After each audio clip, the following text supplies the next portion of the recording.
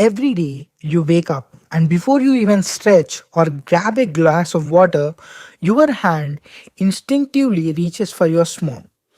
And you scroll through Instagram, check your step count on your fitness tracker, or dive deep into a mobile game, chasing that next high score. Sounds familiar, right? This is what most of us doing around the world. And welcome to the world of habit forming products, where technology has us hooked, often without even realizing it. But how did we get here? And why do some products have come back for more, while others collect digital dust? That's exactly what Hooked, How to Build Habit Forming Products dives deep into. Written by Eyal, a behavioral design expert, and Ryan Hoover, a renowned copywriter, this book uncovers the secrets behind the products we can't put down. Let's set the stage with the example. In 2018, Vitamin Water, yes, the drinking water company, launched a challenge. They offered 100,000 to anyone who could go full year without any smartphone. And if you even made it just 6 months, you still get the pocket money of 10,000. Sounds like a easy money, right? Wrong. Turns out ditching your phone is harder than you think. Here is why. 79% of the people check their phone within 15 minutes of waking up, and 40% of the people suffer from nomophobia, the fear of being without their phone. Some even say they'd rather give up sex than smartphone. Yep, we are that hooked. So how do products like Instagram, TikTok, or even your favorite mobile game become so addictive? Authors discovered that nearly all successful products follow something called model. This model has four key steps. First one, trigger, grabbing your attention. Second one, action, getting you to engage with the product. Number three, reward, giving you a dopamine hit to keep you coming back. Number four, investment, encouraging you to put something into the product, time, money, or effort, so you are even more hooked. Eyal and Hoover did not just theorize this model, they have tested it while consulting for Silicon Valley companies. They have packed their findings into Hooked, a book that is essentially a playbook for creating products that can make people can't quit the products. So, here is what in this book that we can uncover in this summary. First one, why do companies want to form user habits?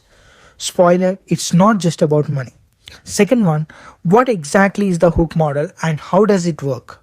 Number three, how can you use hook model to create the products that people love or maybe even can't live without? So, whether you are a product designer or a marketer or just someone curious to know about why you can't stop scrolling, stick around. By the end of this video, you will understand why we are all so hooked and maybe even how to bake free. Let's dive in. Chapter 1, why companies want to hook you. The power of habits. Let's kick things off with a question. What's the first thing you do when you wake up? If you're like the most people, you'll probably reach out to your phone, scroll through Instagram, check your mails, or maybe even peek at your step count from yesterday. And here is a kicker, you probably don't even think about it, it's just automatic. That's, my friend, is a magic of habit. But what exactly is a habit? Think of it as your brain's autopilot mode. It's a behavior you do so often that it becomes second nature, like brushing your teeth, grabbing your morning coffee, or even binge watching Netflix after a long day. You don't even question it. You just do it. And here is the thing, habits aren't just personal quirks, companies are obsessed with them. Why? Because if they can get you hooked on to their products, they have basically won the game. Let's break it down. Imagine you are a company. You got this amazing product, but you're not just competing for the people's money. You're competing for their attention. And in today's world, attention is the most valuable currency. So how do you win? By turning your product into a habit. Here is why habits are gold mine for companies. Number one, customers' lifetime value goes through the roof. When users form a habit around your product, they stick around. And the longer they stick around, the more money they spend. Take credit cards for examples. Banks don't just want it to get you credit card, they want you to use it every single day. Why? Because once swiping the card becomes the second nature, you are not just a customer, you are the lifetime customer. Whether it's a latte, a new pair of shoes, or a vacation, that little piece of plastic becomes your go to. And that's the win for the bank. Second one, pricing flexibility. Yes, please. Here is a fun fact. When people are hooked on a product, they are less likely to care about price hikes. Think about your favorite streaming services Netflix, Hulu, HBO Max, whatever. Every year or so, they bump up the subscription fee by few bucks. And what do? You grumble for a second, maybe tweet about it, but then you keep paying. Why? Because you are hooked. You can't imagine life without Stranger Things or Last of Us. That's the power of habit. Number three, supercharged user growth. When people love a product, they talk about it a lot.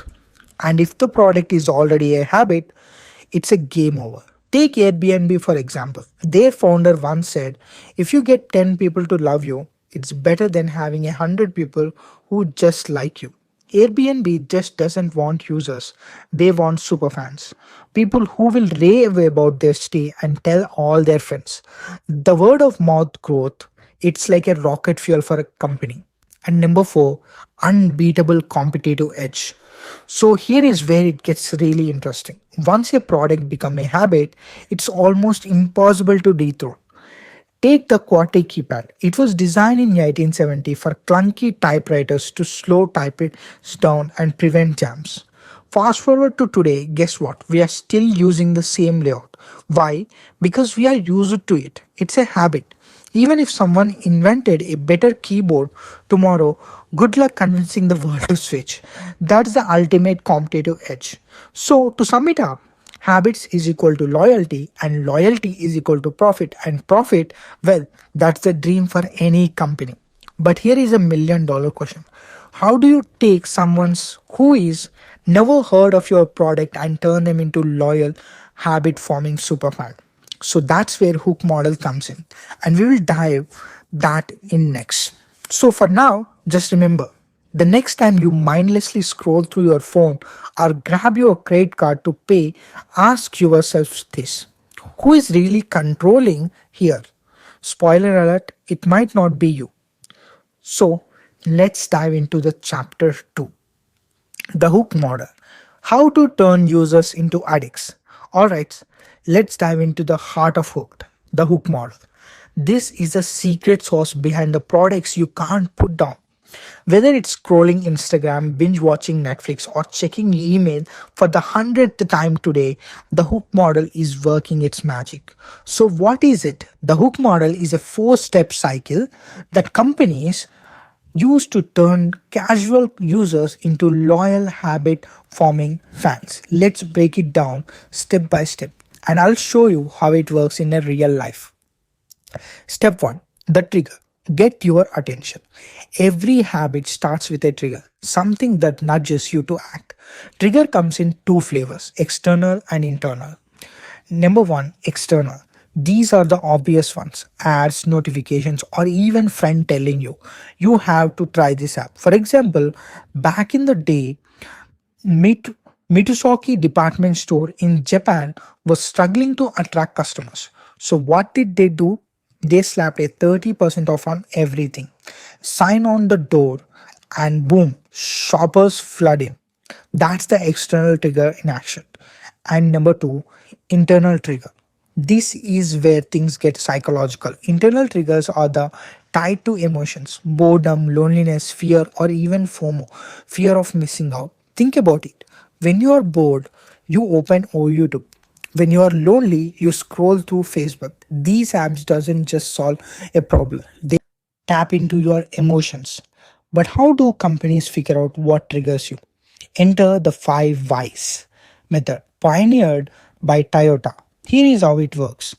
Let's say you are designing an email app and your target user is AME. Number one, why does Amy need email? To send and receive information. Number two, why does she needs to send and receive information? To stay connected with friends and family. Number three, why does she wants to stay connected? To feel needed and valued. Number four, why does she want to feel needed? Because she's afraid of being left out or abandoned. Bingo. Amy's internal trigger is a fear of abandonment. Now you can design your product to address that fear. Step 2, action. Making it easy to use. Once the trigger works, it's time for the user to take action. But here is a catch. It's not easy. They won't do it. The authors of Hooked says action depends on two things: motivation and ability. Let's say you're walking through a mall and you get three coupons. Number one, yeah, 20% discount at golf course. You toss it because you don't play golf. No motivation. Number two, a real estate ad for the dream home. You are interested, but you can't afford it. Motivation, but no ability. Number three, a 40% discount on steak at nearby supermarket. You love steak and the store is 5 minutes away. Motivation plus ability is equal to you are buying that steak. The lesson is always focus on ability first. Make your product so easy to use that people can't resist. Take Twitter. For example, in 2009, its homepage was confusing mess of text and links. But once they simplified it, big login and sign up buttons, clear design, and usage skyrocketed. Number three, reward. Keep you hooked. Now the users are taking action. How do you keep them coming back? With rewards, but not just any rewards. These rewards tap into deep psychological needs. There are three types. Number one, reward of the tribe. Humans are social creatures. We crave connection, recognition, and validation. That's why platforms like Quora thrive. People spend hours writing detailed answers for free. Why? Because every like and comment feels like a little high five from the universe. Number two, rewards of the hunt. The, this is one primarily. Back in the day, we hunted for food. Now we hunt for information, deals, or even perfect TikTok video. Ever found yourself scrolling YouTube for hours thinking, what if the next video is amazing? That's a hunt. Number three, rewards of the self. We love that feeling of accomplishment. That's why we can't stand 100 emails and notification bubbles. Clearing them gives us little dopamine hit. It's like leveling up the inner real life. Step 4, investment. Making it personal. The final step is investment. This is where users put something into product, time, money, or effort, even making it harder to walk away. Why is Facebook is still so popular even with its all flaws? Because people has invested years into building their profiles, uploading photos, and connecting with friends. Starting over on a new platform feels like losing a part of yourself. Or take IKEA. Their furniture requires you to assemble it. Sounds like a hassle, right?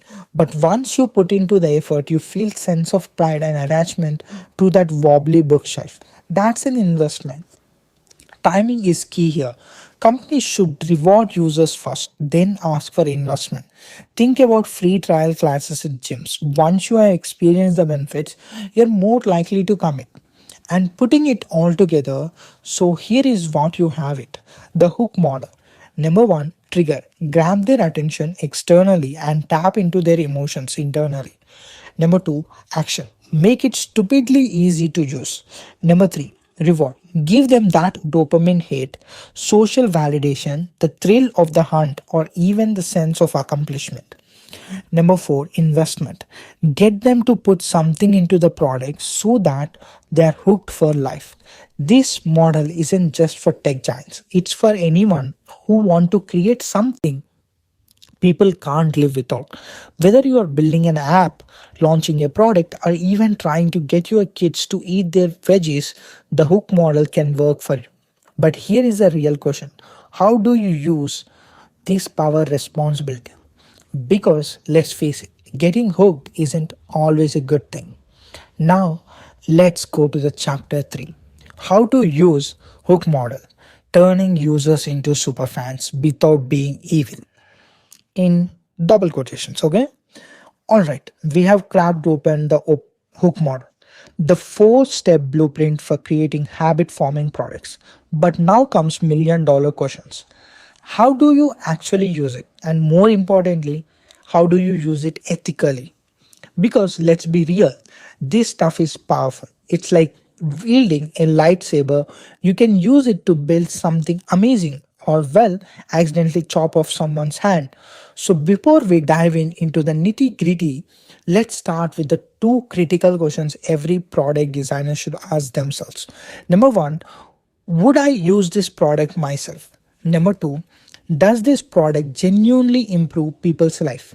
If you can answer yes to both, you are in the clear. You're not just building a habit forming product, you're building something meaningful. But if you're trying to manipulate people into mindless scrolling or endless spending, well, maybe rethink your life choices. Now, let's talk about how to use hook model responsibly and effectively. Step 1, user habit testing. Know your audience. Before you can hook anyone, you need to understand them. Enter user habit testing. This is where you need to analyze the data to figure out what and who users are and what they love and what keeps them coming back. Think of it as a detective work, but instead of solving crimes, you are solving the mystery of user loyalty. Here is how to do it in the three steps. 1. Identify your loyal users. Not all users are created equal. Some are casual browsers, others are die-hard fans. Your goal is to find the loyal ones. How? Look at how often they use your product. In telecom industry, they track how much users spend on how long they stay connected. In the application world, it's all about activity, how often they log in, how much time they spend, and how many features they use. Once you have identified your loyal users, you got your target group. But these are the people you want to understand inside out. 2. Codify the behavior. Loyal users doesn't just use your product. They use it in a specific ways. Your job is to figure out what those patterns are. For example, when Twitter was starting out, they discovered something fascinating. If a new users followed at least 30 people, they are way more likely to stick around. So Twitter made it priority to guide users to follow others. Simple, right? But it made all the difference. The lesson here is find the aha moments, the behaviors that turn casual users into loyal ones and made them easier to achieve. Number 3, modify your product. One Once you know what makes your users stick, it's time to tweak your product to help more people get there. This could mean updating your marketing, redesigning features, or even removing stuff that's not working. Take Transition, a Chinese company that dominates the African market. How did they beat giants like Apple and Samsung? By obsessing over user habits. Africans love music.